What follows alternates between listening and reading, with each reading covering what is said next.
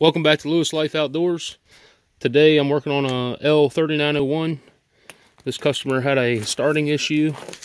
This tractor only has roughly 50 hours on it.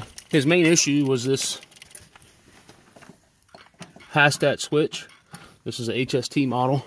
So a manual transmission model wouldn't have this switch. So this is a HST model. This switch is out of adjustment, so I'm going to adjust that switch. That was what was causing his no start problem. But there are several other safety switches on this tractor that will cause a no start problem. So you have one below your PTO lever here. You have one for neutral. You have one for your clutch switch.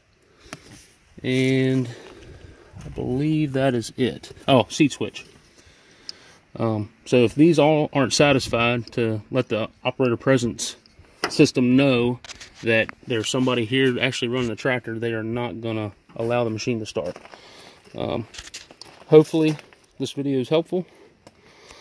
If you like the video, give it a thumbs up. Lewis Life Outdoors.